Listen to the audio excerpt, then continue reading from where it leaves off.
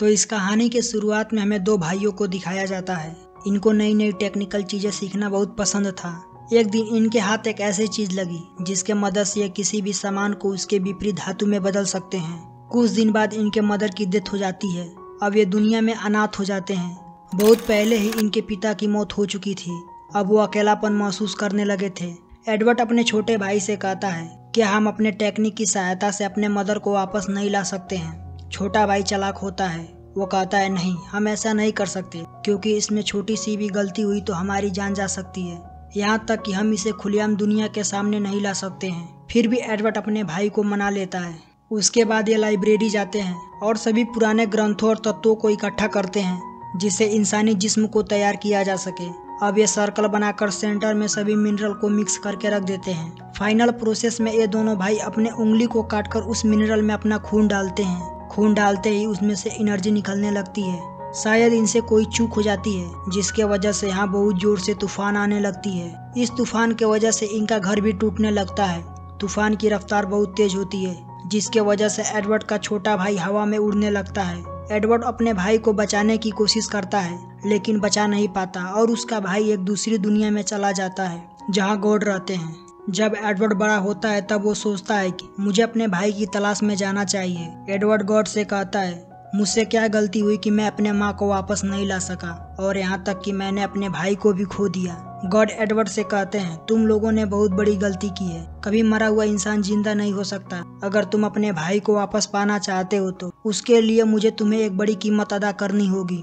जिस पर एडवर्ड कहता है ठीक है, मैं बस किसी भी कीमत पर अपने भाई को वापस पाना चाहता हूँ क्योंकि उसके अलावा मेरा इस दुनिया में कोई नहीं है। गॉड कहते हैं तुम मुझे अपनी एक पैर और एक हाथ दे दो, बदले में मैं तुम्हें तुम्हारा भाई वापस कर दूंगा। उसके बाद एडवर्ड अपने भाई के लिए अपना एक हाथ और पैर गॉड को दे देता है, लेकिन इस दुनिया में उसके भाई का सिर्फ सोल ही आ पाता है। एडवर्ड अपने भाई को दुनिया से छिपाने के लिए एक आर्मर का कवच देता है।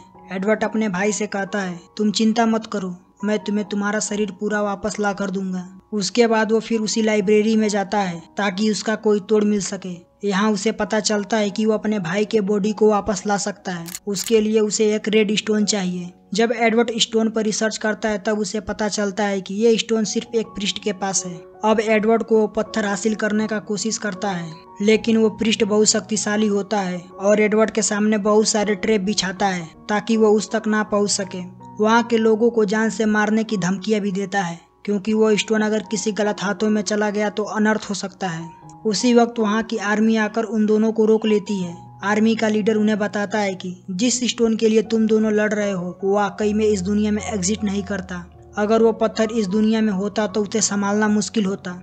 इस बात को प्रूफ करने के लिए लीडर उस पत्थर में आग लगा देता है और देखते ही देखते पत्थर राख में बदल जाती है। प्रीस्ट आर्मी को चकमा देकर भाग जाता है। वो उन लोगों के पास जाता है जिन्होंने इसे इस पत्थर को दिया था। ये लोग आर्टिफिशियल ह्यूमन होते हैं। प्रीस्ट बोल ही रहा होता है तभी एक लेडी उसे मार देती है। प्रीस्ट के मरने के बाद एक आदमी उसे खा भी जाता है। इधर एडवर्ड को आर्मी के कर्नल के पास ले जाया जाता है। कर्नल एडवर्ड से मिलकर बहुत ज्यादा खुश होते हैं और कहते हैं मैंने तुम्हारे बारे में बहुत कुछ सुना है, मैं तुम्हारी मदद करना चाहता हूँ। यहाँ एडवर्ड के कुछ पुराने दोस्त भी मिलते हैं। एक दोस्त ने तो इसके कटे हुए हाथ और पैरों को जोड़ा था। अब इसके दोस्त एडवर्ड को एक अल्केमिस्ट के पास ले जाते हैं। इस अल्केमिस्ट ने दो जानवरों को मिलाकर एक जानवर बनाया था जो इंसानों के जैसा बात कर सकता है। अल्केमिस्ट एडवर्ड से कहता है तुम्हें एक साइंटिस्ट को ढूंढना है जो उस पत्थर के बारे में तुम्हें बताएगा। उसके बाद एडवर्ड और उसके एक फीमेल दोस्त उस साइंटिस्ट को ढूंढने के लिए निकल पड़ते हैं। इधर अल्केमिस्ट एडवर्ड के छोटे भाई को ध्यान केंद्रित करने को कहता है और उसे इस बात की सोचने पर मजबूर कर देता है कि वो कभी इस दुनिया में आया ही नहीं था और ना ही कभी उसकी सोल आई थी। इधर एडवर्ड और उसकी दोस्त उस साइंटिस्ट को ढूंढने में कामयाब हो जाते हैं। वो साइंटिस्ट बताता है कि मैं आर्मी के साथ मिलकर एक प्रोजेक्ट पर काम कर रहा था लेकिन आर्मी ने मुझे धोखा दिया और मैं उनसे छुपकर यहाँ रहता हूँ। उतने ही देर में वो आर्टिफिशियल लेडी वहाँ आ जाती है जिसने उस प्रीस्ट को मारा था। अब यहाँ इस साइंटिस्ट को भी मार देती है। मरने से पहले साइंटिस्ट एडवर्ड को बताता है कि आर्मी की एक खुफिया लैब है जिसमें तुम्हें वो पत्थर मिल जाएगा। यह कहते हुए एडवर्ड को एक नोट देता है। जब एडवर्ड वापस अल्केमिस्ट के घर आता है तब वो देखता है कि अल्केमिस्ट ने एक जानवर मिलाया है जो एडवर्ड को बहुत पसंद आता है। तभी वो क्रिएचर एडवर्ड से कहता है क्या तुम मेरे साथ खेलोगे। आवाज सुनते ही एडवर्ड समझ जाता है अल्केमिस्ट ने अपने बेटी और डॉग को मिलाकर एक क्रिएचर तैयार की है। इस बात से एडवर्ड को बहुत गुस्सा आता है और अल्केमिस्ट को मारने लगता है और पूछता है तुमने अपने बेटी के साथ ही ऐसा किया। एडवर्ड को मारते हुए आर्मी को कॉल करके बुलाता है और अल्केमिस्ट को गिरफ्तार कर लिया जाता है। अब एडवर्ड आर्मी की खुफिया लैब को ढूंढने लगता है जिसके बारे में उस साइंटिस्ट ने बताया था। अल्केमिस्ट ने एडवर्ड के छोटे भाई को हिप्नोटाइज कर दिया था जिसके वजह से उसे लगता है कि मेरा बड़ा भाई उसके कीमती पत्थर को ढूंढने में मेरा सिर्फ इस्तेमाल कर रहा है और इसी वजह से इन दोनों के बीच लड़ाइयाँ होने लगती है। ये दोनों बहुत लड़ते हैं। लड़ाई के वजह से एडवर्ड का हाथ जख्मी हो चुका था। तभी उसकी दोस्त आ जाती है और लड़ाई रोकने के लिए एडवर्ड के पास्ट को याद दिलाती है जिसके वजह से एडवर्ड इमोशनल होकर अपने भाई को छोड़ देता है। एडवर्ड का छोटा भाई एडवर्ड से माफी भी मांगता है। अब एडवर्ड दिन रात एक करके उस खुफिया लैब को ढूंढने में लगता है लेकिन अभी तक उस लैब के बारे में पता नहीं लग सका था। तभी उसका मिलिट्री वाला दोस्त आता है और एडवर्ड से कहता है मैं तुम्हारा मदद कर सकता हूँ। नक्शे को देखकर कहता है ये कोई लैब नहीं बल्कि एक जेल है। यहाँ खूंखार अपराधियों को कैद करके रखा गया था। तभी वहाँ वही आर्टिफिशियल लेडी आ जाती है।